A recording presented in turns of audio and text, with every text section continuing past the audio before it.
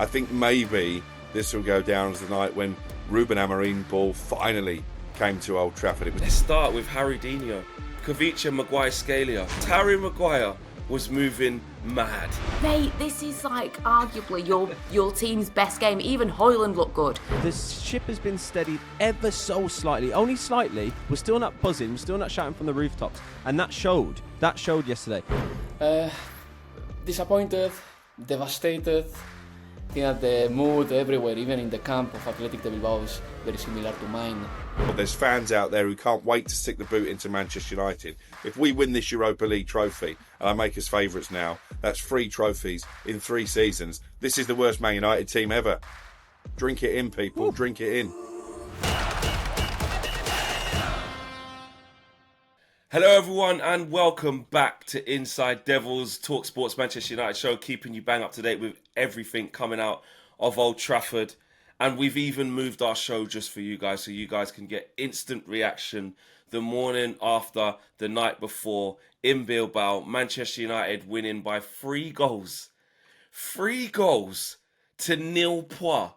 I don't even know if this is Man United. I don't know where this Man United has been. We've got to welcome in talkSPORT's Alex Crook, Ryan Statman Douglas, and of course Angelina Kelly to talk about what happened last night in Bilbao. Crookie, listen, I don't think you had us down winning 3-0. I don't think anyone had us down winning 3-0 and all but being in the final of the Europa League. Absolutely incredible night. I was at the Tottenham Hotspur Stadium trying to be professional and focus on commentating on that game, but the producer had the United game open on her iPad and I couldn't quite believe what I was witnessing. I'd have taken a draw. I'd have bitten your hand off for a score draw away from home in Bilbao. 4th best team in the Liga, best defensive record in the Liga. Absolutely shattered inside 45 minutes. And I think maybe this will go down as the night when Ruben Amorim ball finally came to Old Trafford. It was comfortably our best performance of the season, our best performance in many a year, I would suggest, particularly away from home in Europe. As you say, not so much 1 foot in the final, maybe 1 foot and 3 toenails on the other foot. Yeah, I agree. I mean, Ryan, there was so many individual performances that were just we just didn't see coming. Let's start with Harry Dino. Oh my God. Let's start, mate, with Kavicha, Maguire, Scalia. Yeah, let's start with the main man. Yeah, Listen. Because Harry Maguire was moving mad yesterday. Put him anywhere. Put him in goal. He could do it all. He's on the wing this time. You know what? He was turning. He was turning the player inside out on the wing. I thought that cannot be Harry Maguire. I was watching it live for talkSPORT. I thought that can't be Harry Maguire. The ball in the box as well was lovely. He's just. I owe that man an apology in a way because his character arc has been absolutely it's been amazing to watch and witness. 2 years ago, 3 years ago, I have to say, look, I don't want to get carried away. The criticism was warranted at the time, but to have the character to pick his head up and do what he's doing now for this Manchester United squad, all of a sudden he's just cementing himself that little bit more.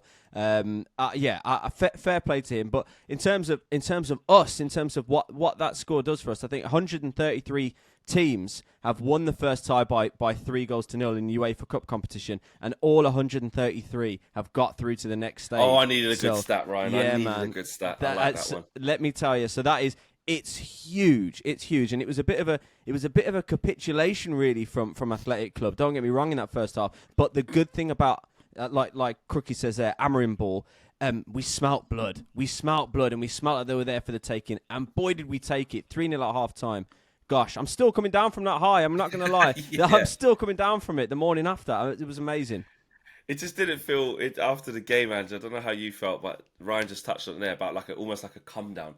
Like you don't expect, it is still Europa League. Rivals will be look at these Bilbao away Europa League. Oh, how the mighty have fallen. Yes, we have fallen, but for us, when you look at how crap this season has been, how many games they've lost, to actually just go and have a routine win in a game of this magnitude, it was just brilliant. And does it fill you with that sort of, I don't know what to say. I don't really know how to take that in because you just didn't expect it.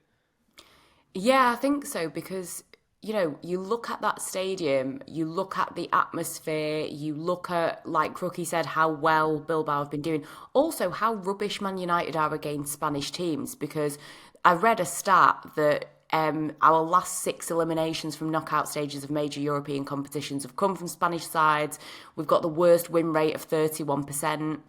And the whole, I think me and Ryan were talking about it on the talkSPORT YouTube show, you know, the destiny of Bilbao in this. You kind of feel like it's, I don't know, written somewhere or whatever. So going into it, you know, it definitely was nervy. I feel like United soaked up the atmosphere in the best possible way.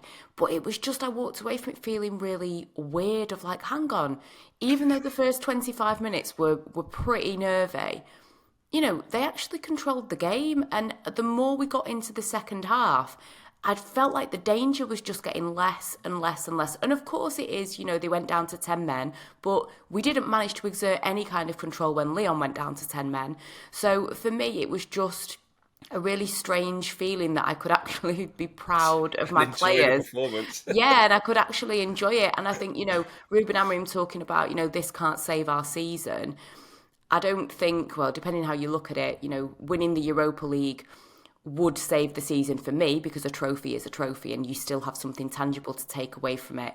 Manchester United as a football club maybe doesn't fix every single problem, but we've spoken about, what is it, upward of like, you know, 80 million, 100 million pounds that could be on the line getting Champions League football. So the only thing I would say with Amorim, I understand what he's saying. We have a second leg. We need to be focused on that. We cannot lose concentration. We need to think about, you know, the Premier League game at the weekend. Play the kids for that, by the way. Do not even care. But I think I would have liked to have seen a little bit more positivity from him. I understand that he said what he said and he was clearly sending a message of let's not get too excited yet. But, you know, there was a part of me where I was like, mate, this is like arguably your team's best game. Even Hojlund looked good. Like, you know, can I get He did say that. He said that's all his best performance since I've been there. He did say that. You know me, I'd slate that guy, but I will give him his props in that game. I thought he was really good. And he didn't get bullied off the ball, so props to him. But I just thought for Amorim, I just wanted just a little bit more of a smile, a little bit more positivity. But I do get what he's saying. We can't rest on our laurels going into this second. Do you know what? I kind of liked it because I think he saw what we saw. Because those first 20, 25 minutes, I ain't going to lie to you guys, I'm going, okay, Amorim, you're going to have to get in your bag. You're going to have to get Dorgu out of there and you're going to have to get Ugarte out of there because they could genuinely lose us this tie in this moment. Like, Inaki Williams, I think we got very lucky. They should have scored that header. It should have been 1-1. It absolutely should have been 1-1. And then I think they had that shot that Onana pushed wide, which was a routine save. And Victor Lindelof cleared too after he gave away the ball as well. So that first 20, 25 minutes, I'm not going to lie to you, I was fuming. I was screaming at the screen. I was swearing. I was angry. I was angry because I'm like, I think there's something bad that's going to happen here. But Crookie, was that a sign that we managed to come through? Harry Maguire spoke in post-match about we defended our box really well in that moment, in that 20-minute period, which you have to do. And we came out of that. And essentially, we made Bilbao capitulate. Don't forget, we had the ball in the back of the net after the first couple of minutes. So we were always a threat. We were always showing that if we could just calm down, which Amorim spoke about Dorgu being nervous, Ugarte being nervous. After the initial nerves, we went on to control the game, like Ange said. Yeah, I think when you go away from home in Europe in a semi-final, you're always going to have to weather some kind of storm, and they certainly did that in the first 25 minutes. You need a bit of luck along the way as well, and maybe they got the luck with that header, because you're right, that should have been in the back of the net. But you need your senior players to stand up and be counted. You mentioned Maguire. Casemiro, again, seems to be the go-to man when it comes to these big European nights, and he showed his class. And actually, I think just by asking him to do a little bit less work than maybe he's had to in previous Manchester United teams, we are starting to see the best out of Casemiro. And who knows, having been almost a guarantee among most United fans that he should go this summer, maybe there is still a future of the football club for Casemiro when he can produce a performance like that. Lindelof, I think kudos to him as well, because when I saw his name on the team sheet, I thought, what is going on here? You know, this is a guy who clearly is leaving the football club at the end of the season. Obviously, Luke Shaw wasn't fit enough to go again, having played probably longer than was anticipated against Bournemouth at the weekend, but Lindelof stepped up. So I think as much as a triumph in football ability last night, I think a real triumph for the players' mentality and character, and we've not always been able to say that. But this has to be the standard, doesn't it? Because there's been so many of these false dawns. Every now and again we get a performance like that and you think, we're back, baby. I've said it myself, too much derision on air. But this has got to be the way moving don't forward. do that anymore, I'm the same as Angelina. Brentford away, don't care. Play the under-18s. But let's get back to Old Trafford next Thursday night. Let's do a professional job. What we don't want is Bilbao to score early and then make it a nervy evening. Let's see what we saw in the second half. And actually, they kept the ball really well against the 10 men, but we still created chances as well. I think it should have been 4 or 5 in the second half. Yeah, it definitely should have been. Ryan, I did see that from Ruben, sort of just like, I know Ange touched on it, saying I wanted a bit more positivity, but it felt like Ruben was more on how Crookie's saying, listen, he said, I want them to focus on that first 20 minutes and the Premier League game, because he wasn't happy with the first 20 minutes. And he spoke about, someone said to him in the press, why are you losing all these games in the Premier League? But, in the Europa League, look at you. And he was like, obviously a confidence thing as well. If we would have went 1-0 down in that 20 minutes, this game probably looks completely different, but we didn't. And we score a goal against the run of play in that moment, and then we carry on to go and get a penalty and so forth. But how important is it to remain calm and do what Crookie's saying there? Second leg, play it like it's 0-0. You know what I mean? Yeah. We have to go and get that result. Couldn't agree more. Put it more. to bed and get the 4th straight away. Honestly, couldn't agree more with what Crookie said there. And do you know what? I was really happy with the way we approached the second half, because the most important thing for me is it's so easy to say, right then, let's go for the 4th, let's go for the 5th and kill the tie off. But for me, it was keep the clean sheet, stay composed, stay calm, put your foot on the ball, knock it about a bit, and the chances will come. And that's exactly what happened. Unfortunately, we didn't take them.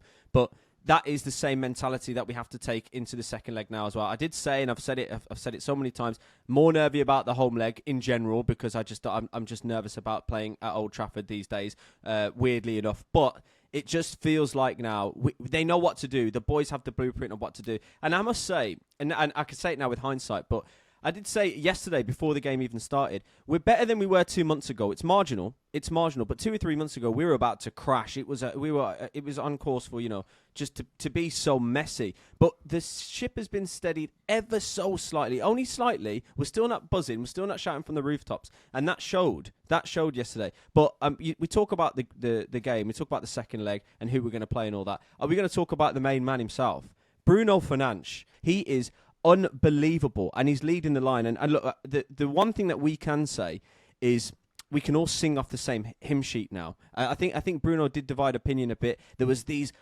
ridiculous Odegaard versus Bruno Fernandes debates that we were having, that even at the time, back then, I was scrunching my face up at. We can all now say Bruno Fernandes is one of the best players in Manchester United. Well, certainly the last 10 years, but for me, he's right up there. I don't want to lose my head here, but he's right up there. Easy. I know. I know. I nearly lost it there. But no, he's just unbelievable. You talk about what players would make it into that 07-08 squad. I'm telling you, Bruno's the only one that can stand up and be counted. He is unbelievable. Yeah, and when you need the pressure moments to take care of themselves, the penalty that he takes and dispatches was cool as you like. And the chance for the third goal to make sure he's clinical to put the tie to bed essentially was brilliant. You look at the last leg; he has to score that penalty to spark the comeback. Assists. He's now nearly the joint top scorer in the Europa League. Bruno Fernandes, with what he's doing, and he spoke after the game as well about they bought me here from Sporting because I scored 32 goals in one season. They knew I could create and score. I just need to keep delivering. And that's what he's done. He's the first player in Europa League history to register 30 goal involvements in the knockout stage. In the knockout stages. He's done it in only 32 games. Like, it's ridiculous. So the guy is clutch. He always comes through. And he just knows what to do. And when you see people who speak negatively about Bruno Fernandes, or you see when it's like Ryan said, it's polarizing with him sometimes. Does he hurt the team more than he helps them? Oh, his arms are going up. Oh, he shouldn't be the captain. I remember a show Gabby was doing. He's like, if that was my captain, I wouldn't have that, giving me all of this stuff. But all the players speak so glowingly about him. You see what he does off the pitch. More importantly, you see what he does on the pitch. He's just incredible. Yeah, he is, and I think that this season should put to bed, well, it won't, but it should put to bed a lot of the criticism that he receives, because he started this season terribly, absolutely terribly. You look at the red cards, he was showing a fair bit of petulance and a lot of frustration, I think, with what was going on at the club. And you can understand that because whilst I don't condone some of it, and some of it does wind me up, but you cannot take away from the fact that this guy cares. And how many times do we talk about Man United players not having the character, not understanding the assignment of what it is to play for Manchester United? This guy, as this season has progressed, has demonstrated that he really does understand that. And I will say, to the team overall last night, we do talk about character. Those old heads really did step up to the plate, and some of the younger ones as well. So I will give them that we did finally see some character. But like we say, they show up for the glamorous ties, and these are now the glamorous ties. So, but for me, Bruno, I mean, it's only Mo Salah has scored or assisted more goals for Premier League clubs in all competitions this season than Bruno. That's crazy. That says it all. Salah has 50. I mean, there's a bit of a chasm. I mean, like Salah's got 56, Bruno has 34, but still, that tells me everything that I need to know. Yeah, he's next in line. So for me, I think it's been an amazing season for him overall. I think that he needs a lot of respect. I think that people need to calm down a little bit now because when United have needed him most as this season's gone on, he has taken games by the scruff of the neck. He has dragged us through fixtures at times. And yeah, I don't know, maybe depending what players we sign, what happens over the next season or two, maybe there might be other candidates for a captaincy, but we talk about what you want from your captain, and I think a lot of the things he does actually tick those boxes of caring, of doing good things off the pitch, of seemingly supporting younger players. Like you say, nobody seems to have a bad word to say about him. He's not in the media, in the press, behaving inappropriately or doing silly things. And yeah, he's dragged us through a lot of games. So for me, the people, especially if there are Man United fans that are still being negative about him, I don't know what else the guy could have done this season. Like, what else could he have done apart from, like, I don't know, practice, like, sorcery and figure out a way through witchcraft or something to get us to the top of the Premier League table? Apart from that, I don't really understand what people want from him. Exactly that, and what more does he need to do to keep showing people that he is the real deal, and the slander on his name just needs to be stopped now. It really does. In terms of the team, Crookie, is that the biggest result we've had under Ruben Amorim? Is that the one? I know people are talking about Arsenal away in the FA Cup, the way we did it, and City away in the Premier League. There hasn't been a lot to shout about. You look at just the last game against Lyon, but now this feels like 1 foot and a few more toes in the final. Is this the biggest one under Ruben? Yeah, absolutely. I mean, I think the best performance before last night was Liverpool away.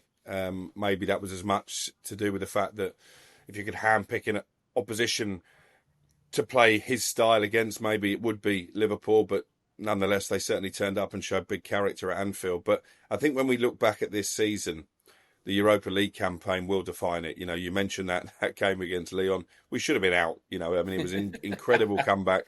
We'll never forget it, but Lyon should have put the game to bed, 2 up. Even a man like halfway for extra time to do what we did there was absolutely incredible. Porto away in the league phase, Harry Maguire, superstar striker, saved us in that game.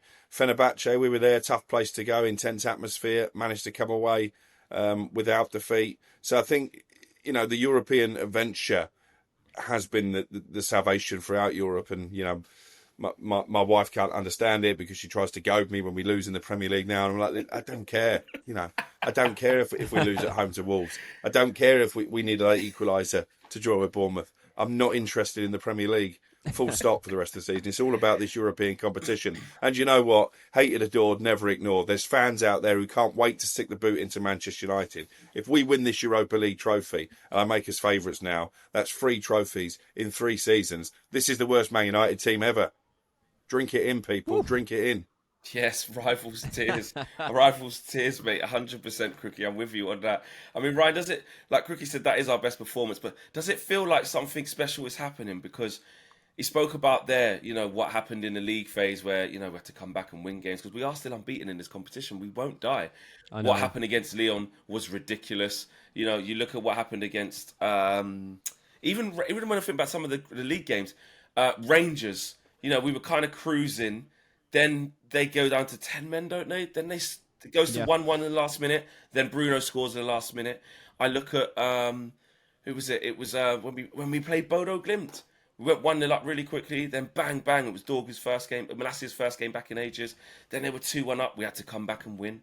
You know, Sociedad, 1-1, then we had to destroy them. There's always been a story. Does it feel like something magic's happening? Could be. Look, I mean, we talked about, the team that we played yesterday, Athletic Club, and they had a lot of narratives and they had a lot of undertones to the game. It was their special moment, and we spoiled that party as well. And that's something else that goes in our favour. But you have to have a little bit of luck sometimes. You just do. And when you look at the state of this Manchester United squad and how we've played this season, boy, oh boy, did we need a bit of luck. And we've just got it in places and we've snatched it with both hands. So we're the top goal scorers in the Europa League as well, and we've scored 2 or more goals on 10 different occasions in this competition. So we're actually looking good for it as well, being unbeaten in this comp. So that is the most convincing performance. And before this game, we were saying, this is the biggest game of the season. This is the biggest game of the season. And, man, to dispatch a team like that, with a defensive record like that, 3-0 by half-time, to comfortably, I know they were down to 10 men, but like Ange said earlier, we didn't make the most of that against Lyon. To do that is just showing a little bit more maturity, as I said, just a little bit more than 2 or 3 months ago. And, yeah, it looks like, well, it could be Spurs in the final, potentially. I know we're counting our chickens already and talk about the final, but it could be Spurs. And you talk about that gravitational pull that Manchester United have towards trophies versus what Spurs' gravitational pull towards trophies is. Again, like Cookie says, I'd make us favourites for that. I really would. So it could be our time. It could be. Yeah, and the funny thing about that is, Ryan, is we haven't beaten Spurs in 3 years. Do you know that? We haven't beat them since 2022. In any competition. I know. Do you know how wild that is? But when there's a trophy at stake. But when it comes to this, and this is why Spurs fans would probably be nervous, because, recent years they have had our number, but Man United would save it for, neutral venue, Ange, in Bilbao, European heritage versus no heritage. And you can see why we would be favourites.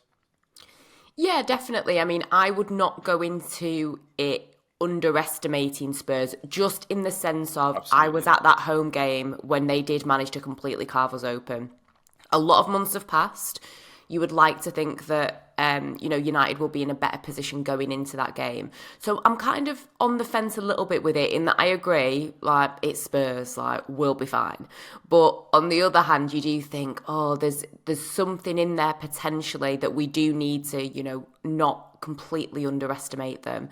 But I don't know, maybe Bodo Glimt could pull something out of the bag. I do doubt it. But you never know. It's 3-1 now. They conceded a stupid goal that gives them a glimmer of hope. They didn't need to do that. They made it nervy, didn't they? Yeah. They made it nervy. I mean, it would be very Spurs, wouldn't it? So who knows what will happen? I don't think Spurs fans are sitting there as confident as we are about going into this final. And Bilbao are a much better team than Bodo Glimt. So I think that kind of tells you everything that you need to know. But yeah, it will be an interesting one. I think, will that be the 6th? That would mean that we have 6 teams in next season's Champions League, and it would be, I mean, how many all English finals have we had? Like, not that many. So it would be quite an interesting one. So it would be the 6th, all English final in any major European competition, and half of those do actually involve Spurs. Wow. And how many trophies have they got? So there you go. The records are in our favour. One positive as well, another on top of the many positives from the result, Crookie, was when you see that we're in control of the game, we're 3-0 up, we're managing the minutes of players, and you see Ahmad get on the pitch. You see De Ligt come back on the pitch. I mean, the timely returns of these two is just perfect. It really is, isn't it? Yeah, it gives everybody a massive lift. And again, maybe there would have been a temptation. We've seen other managers do it this season to rush players back when they're not quite ready. Ruben Amorim didn't do that, even, making the call to start Lindelof rather than pitching De Ligt straight back into the deep end. You'd imagine they'd get more minutes against Brentford at the weekend and then maybe get a bit more time at Old Trafford next week. And that's the difference, between United and Tottenham. We've got our big players coming back at just the right time.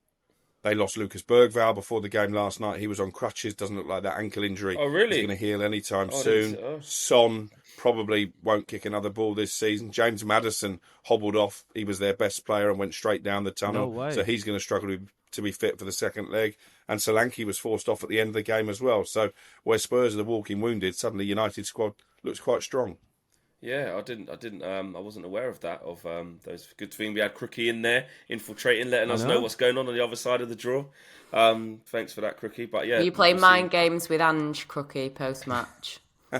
Yeah, I didn't go and see my old Australian mate, to be fair. Oh, you guys are really good friends, aren't you? Yeah. should have said, "See you in Bilbao, son. See you in Bilbao." When you definitely won't win anything in your second season.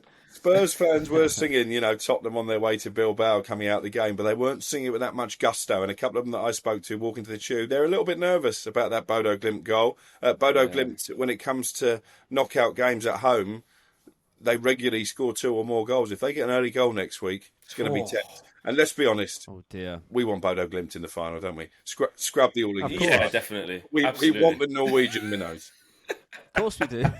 Which, to be fair, last time we played them, I remember they rested all their players because they had a big league game on the weekend, didn't they, to go and win the league because their league's different to ours. I think it's August, April to September or to December or something like that. It's Yeah, just like started 5 days in in, March, yeah. Right, so it just started, right. So, yeah, so I remember they rested players, and I was like, they've rested players. These lot are all over us. They're good. Like, these lot are good. We had to come back and beat them, didn't we? So yeah, and you saw what they did against Lazio. So they're a decent outfit. Let's fingers crossed they can get Spurs to pens or to 2-2, and then it's anyone's game, isn't it? If they have to win 2-0 on the night to take it to extra time and see can they do it. We'll have to wait and see, but we've got to take care of ourselves. But I was just so happy to see Ahmad get back on the pitch, like Crookie said, to get these players back now. And I just wanted to rewind a little bit something you said, Crookie. And ask you, Ange, when you look at Lindelof, actually, because when he was on that team sheet, I think everyone and their dog was like, what's happening here, man? I don't know about this. And Amram had a choice to make, right? He either, like say, he plays Luke Shaw because, lean on that experience, but he's been out for a long time as a big arts, or he plays Harry Amas. Or he plays Harry Amas at left wing back so we can keep Dorgu at right wing back and then Mazraoui can stay in the back three. But he opted to bring in the experience and coolness of Lindelof, and he started off a bit ropey, but then he had 2 big blocks, and after that he was fine. Yeah, when I was looking at who was on the bench, I also was looking, Tyler Fredrickson was on the bench as well, and he had a great game. I think Amorim said, about how the players seemed nervous, how certain players seemed nervous of going to, a stadium that's nicknamed the Cathedral. So as much as somebody like Amas or Fredrickson have recently had good outings in the Premier League, I think that this was a game where you did need the experience, you did need the older heads, and also had things have gone wrong, because going into this game, let's be honest, on paper, Bilbao are the better team. So, nobody in Europe has actually won there, and it's only a handful of teams, one of them being Barcelona, that have won there in La Liga this season. So Crazy. I think it would have been a little bit insensitive to some of those young players to put them out, because had things have gone wrong, mentality-wise, it would have been a big ask, and it could have really affected them. So I think he obviously did the right thing going with the older, more experienced heads. Somebody like Lindelof, I keep forgetting that he's still there. Yeah. He's just like a little, this ghost, roaming around Old Trafford, oh yeah, he's still there. But you know what? He got the job done. Does this mean that I want him to stay? No, I think he should have gone quite a few seasons ago, because he is just not up to the standard. Is he the kind of defender that we need if we genuinely want to be competing in the top 4 again? No, he's not. He's not good enough. But good for him on a night like this. He stepped up to the plate. He's got the job done. Like you say, the clearances were brilliant. 1 or 2 moments that weren't perfect, but still. And for me, I'm looking at a lot of these Man United players that I expect to depart. I want them to have great games. I mean, raise their stock as best as possible, and good for him, I think. But yeah, I think it was the right decision. And do I expect to see him, playing in the final? No, I think I would be a little bit scared if he was playing in the final. You would like to think that Matthias de Ligt will be back fit by then, and they can reshuffle that back 3. Yeah, because actually I was saying to myself, with Harry Maguire playing as well as he is, like say Dallo wasn't injured, I tell you what, De Ligt, you got a bit of a job getting back in.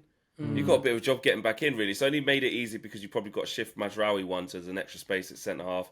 So you keep Harry Maguire where he is and put De Ligt at right centre back. But if Dallo wasn't injured, with the way Harry Maguire's been playing, it's like. And with the balance of the back 3 that we play, because Yoro's doing absolutely fine, and you need the pace of him on either side. it's like, I'll tell you what, De Ligt, you got to wrestle your spot back off Harry, mate. But I think for the foreseeable games, especially because we need to manage some minutes as well, and Maguire also needs a rest now as well, and De Ligt needs game time. It kind of has coincided quite well, which should help the rotation against Brentford. You put De Ligt out there, you play Harry Amas. You can mix it up, even if you want to put Fredrickson in there at left centre back as well. Rest Yoro. Yeah. We can just rest so many players. Casemiro needs a rest as well. So you're thinking, Kobe Mainu comes in. It's got to be the kids at the weekend, doesn't it? Ahmad needs a start. When we say kids, I mean, what have we?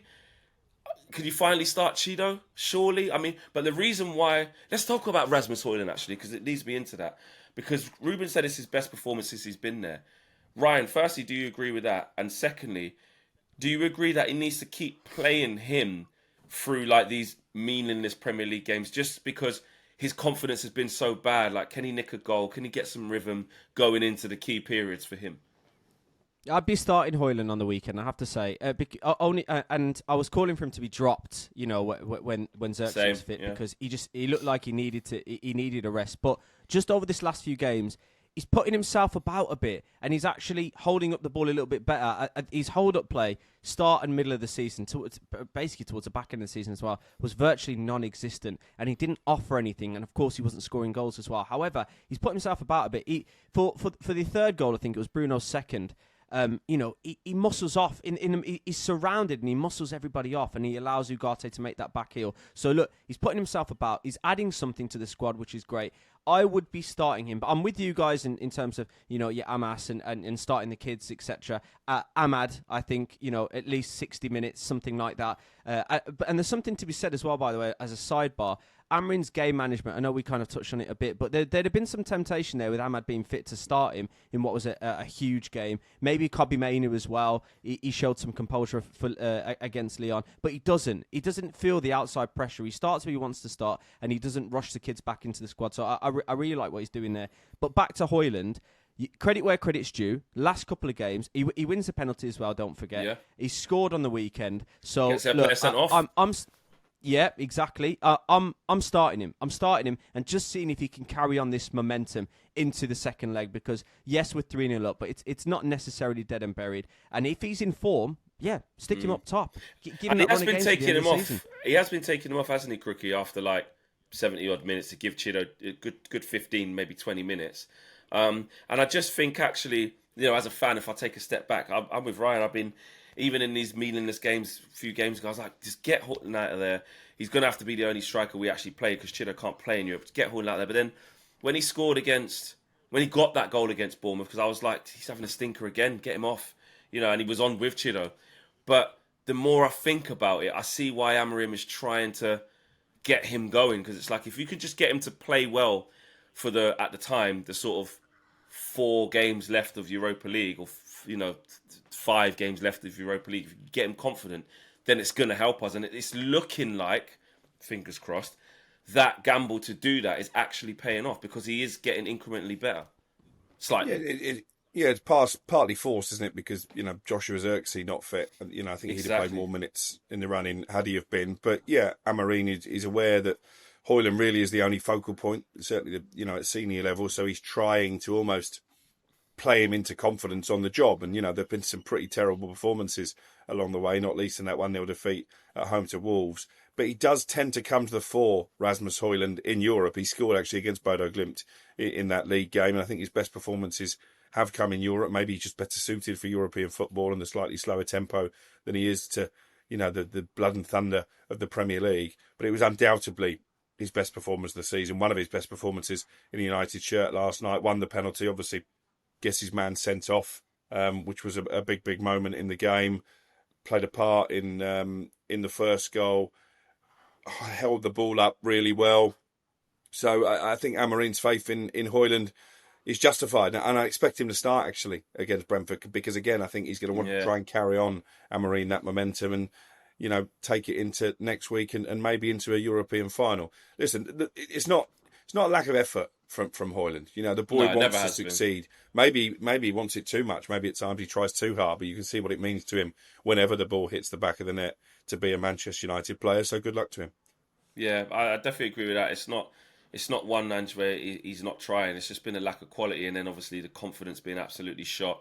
You know, a big move early in his career that looked like it was too big a jump too soon.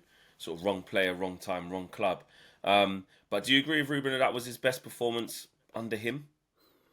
Yeah, I would probably agree with that. I think it's such a mad cocktail of things when it comes to Hoyland because, like you say, it's not that he is a lazy player and he doesn't want to try and he's not putting the effort in. It's just that I don't want to be too brutal because I do think he did have a good performance, but he isn't good enough. You know, he's not a Manchester United striker, in my opinion. I don't think that he is at the right level when it comes to Premier League football. He has performed well in Europe at times, definitely. But also at the same time, I kind of don't want to put all the blame on him simply not being good enough. He's not had the support, like we say, who's he had to learn off? What, Anthony Martial? Like, no thanks. So it's not been the easiest situation for him, and I can imagine his confidence is shot. I know that Eric Ten Hag's former assistant was speaking about him as well and saying that, you know, there's still hope for him. He's only 22 years of age. You know, my argument is you do see players even younger, you know, that are able to kind of deal with the pressure of playing on a big stage. Fans that aren't United fans watching this will be like, United don't play on a big stage, but you know what I mean. But I just think I'll take it. He scored the goal at the weekend to get the draw. He had a really good performance. Like I say, my main criticism is that for his stature, the way that he gets bullied off the ball. And I think with that Bruno goal, you saw him really like dig his heels in and keep control. So yeah, props to him. And I get, you know, starting him, and Amram clearly thinks that he needs to keep playing and he doesn't need a break. So with that in mind, definitely play him. Maybe, like Ryan said, not for the full, you know, game. Maybe Chido Obi gets a little bit of game time, but, you know, out of the two of them, United maybe foolishly did not include Chido Obi in their Europa League squad. So the priority has to be Hojlund, and if him playing is the best thing for him, then yeah. Yeah, get his confidence up. One player we haven't discussed yet is Manuel Ugarte as well, because he played poorly in the first 20 minutes and I was like, get him out of there. Ends up with 2 massive assists, by the way. 2 big assists, like the header at the front post back to Casemiro, and that flick to put Bruno in. It's a top. I don't think we're talking about that enough. It's a top assist just to give it round the corner to put him in. You know, the leg before, Ryan, he scores the first goal against Lyon to set us off on what should have been an easy, you know, because we were 2-0 up at half time, then we should have been cruising. And Ugarte was a big part of that as well. And he wins the ball back that leads up to us winning the penalty, because I think we kick off from going 1-0 up, and then he just somehow he gets the ball really quickly, and then we're on the front foot again. So he actually had a really big say in the game after having a bad 20 minutes as well. Yeah, he did. Yeah, you're right. That first 20 minutes, he was gravitating towards that customary yellow card that he gets. Do you know what I mean? I just thought, oh God, he's putting himself about too much. It was a bit headless chicken. But he's a mentality monster, that man. He's a mentality monster, and you know, he's a character, and we need that in this squad. We've been crying for that in this squad. But yeah, I mean, I've said this to you before towards the latter stages of this season. Stand up and be counted. These players that stand up and be counted, I'm really looking at you and thinking, right, you're not getting a pass, but I'm looking forward to seeing what you can do next season. Harry Maguire's one of them. I've got to say, look, I have to say it to you're standing up and being counted here. Look, we may cash in for him in the summer, but if you're to stay, okay, well, it looks like you've got the right mentality. Ugarte, he's got a fantastic mentality, and as you say, 2 big assists yesterday. That back heel, man. If that's something, if Bruno did that the other way around, yeah. Even if it's Bruno, you're right. But if it's like Yamal or someone over the last couple of days, we're all purring about it. At times stood still, and he had his back to everything, and he just saw that. And by the way, the timing of Bruno's run, that is experience. He doesn't go too early. He knows when the back heel comes, you know, he can just hold his run a little bit. But man, he was amazing, Ugarte. He's just such an interesting player to me, because there's a recklessness to his game a bit, but I kind of like it. I kind of like that recklessness. So yeah, he's I like him, you know. I really like him, guys. He does have a bit of chaos. He is limited in some areas, but then he makes up for it in others. I think if he's partnered with the right partner going forward for the real future of us, then he could be a squad player and have a role. Right, we're going to finish off, but before we do, I just want to ask you guys as well, who is your man of the match? Because it's not often we get to argue about who man of the match actually was. And I got to do that last night with some of my co-hosts on United View. We were arguing positively about who the man of the match was. A great feeling. Ryan, we'll start with you very, very quickly. Who's your man of the match?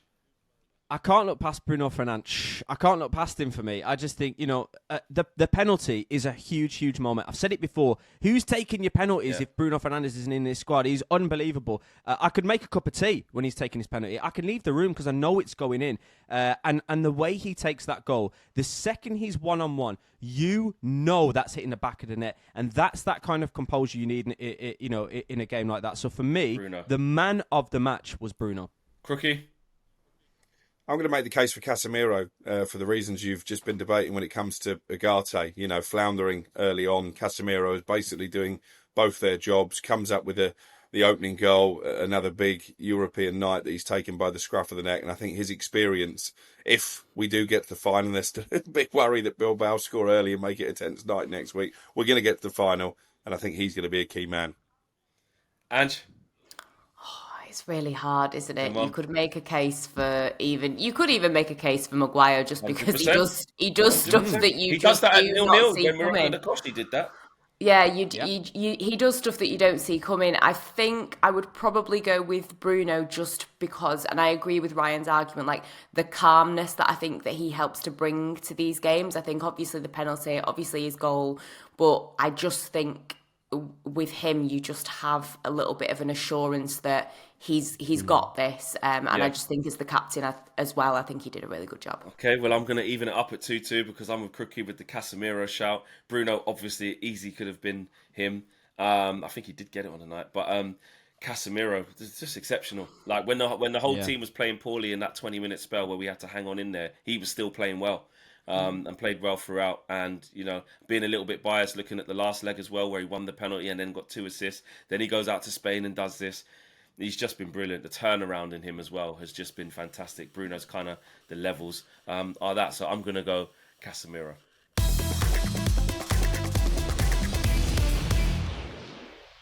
Well, we need to see how the Bilbao fans and the Bilbao faithful are licking their wounds. And Ange caught up with Spanish football expert Alvaro Romeo to see just how they are after their crushing defeat to Manchester United. I've got to do a wellness check. How are you? Are you in shock? Disappointed, devastated. To be honest, the first half was a proper downer. I thought that the scoreline could have been heavier after being reduced to 10 men. But yeah, I guess that as the days go by, probably some hope will rise inside me, and I will believe that a comeback or a remontada, as we call it in Spain, is possible, because I have seen Manchester United conceding a lot of goals this season. But yeah, I thought that perhaps Athletic could have won the first leg, didn't happen. The send-off of Vivian is quite a costly one for the second leg because he's the best defender we've got. So, I was rather upset, I'm not gonna lie. And I think that the mood everywhere, even in the camp of Athletic de Bilbao, is very similar to mine. I was going to say, what has the reaction been towards United and to the result, especially in Spain? Because you could see in the stadium, the fans, rightly so, looked absolutely devastated. Yeah, well, let me say before anything that I really dislike the way some fans observe the minute of silence for Pope Francis. So I really wanted to say that because I think that there was a lack of respect there. So that wasn't nice. But coming back into your question, I think that it was not what we wanted, not what the fans wanted. It's true that the fans stayed loyal until the very end because this is what Athletic de Bilbao fans do. But I think that the main talking point has been the referee and how a few decisions really costed Athletic de Bilbao. The penalty was possibly a penalty. Then if it was a penalty, it was very likely to be a red card. But you could hear from Ernesto Valverde after the game that they didn't think that the penalty was very clear. Iñaki Williams went in the same direction when it came to judging the action. And I think that the controversy or the refereeing decisions have been probably the main subject matter in Spain and in Bilbao after the game. But yeah, again, rather than licking our wounds and thinking about that, I think that Athletic de Bilbao has to think about the second leg and try to go there and get something out from Old Trafford. Going into the game, I know Manchester United fans, we were feeling very, very nervous about this. I mean, you've got the best defence in La Liga, and despite missing some players, when it comes to scoring goals, you have got way more options in your roster. Did you guys feel confident as fans going into this, especially with, the dream story of the final being in your stadium as well? Well, that has been the main catalyzer for the season, just having the final in Bilbao, to the point that Athletic de Bilbao is fourth in La Liga, very well placed to qualify for the next season's Champions League.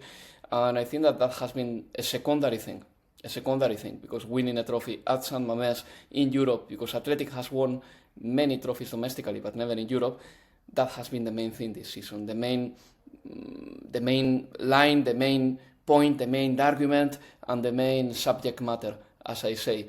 The factor of playing at home in the final, it's something that is going to make the players go 100% at it at Old Trafford, that's for sure.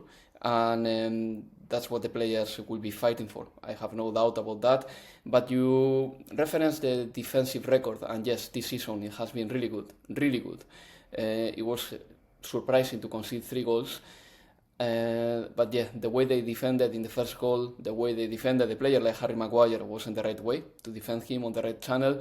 Then the action of the penalty was something that sometimes happens and you have to deal with it. I think that we saw Athletic de Bilbao's good defense, in fact, in the second half when they were reduced to 10 men and they didn't concede any goal in the second half. One of the main issues of Athletic de Bilbao this season has been how competitive they have been, but not because they score a lot of goals. There I will disagree a little bit. I think that it's been defense first and scoring second. Now, if you want to win at Old Trafford, you need the best strikers to be in the mood and up for the challenge. But Athletic's best strikers are not really, really high-scoring ones. Nico Williams, Iñaki Williams, Marouane Sanadi, a player who 6 months ago was playing in the Spanish third tier, are not particularly great goal scorers. And, it will take a joint effort from everyone to score many goals at Old Trafford. Hopefully, one of our best scorers and one of our best players, Ollán Sancet, will be ready for the second leg. And we will have to be way more clinical than we have been throughout the season to trigger a comeback.